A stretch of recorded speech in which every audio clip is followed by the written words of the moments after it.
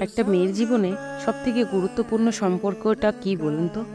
বাবা, মা, ভাই বোন, নাকি জীবনসঙ্গী? সবার কি মতামত জানাবেন। তবে আমার মনে হয় জীবনসঙ্গী।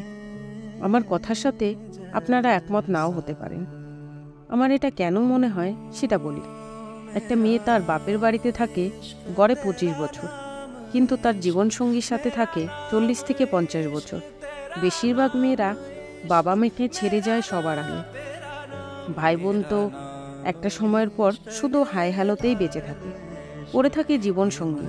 সেই জীবনসঙ্গী যদি ভালো হয় তো তোমার জীবন হবে স্বর্গের মতো, আর জীবনসঙ্গী ভালো না হলে তোমার জীবন হবে নরকের থেকেও বেশি যন্ত্রণাদায়ক।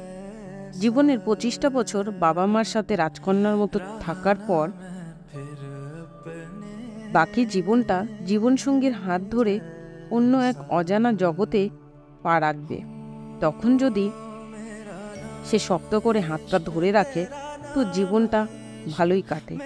আর আমার মনে হয় জীবনসঙ্গীটাই হলো সবথেকে বেশি দরকার একটা মেয়ের জীবনে। আর যে মেয়েরা একা থাকার সিদ্ধান্ত নিয়েছে তাদের জীবনের গুরুত্বটা হয়তো তারা নিজেরাই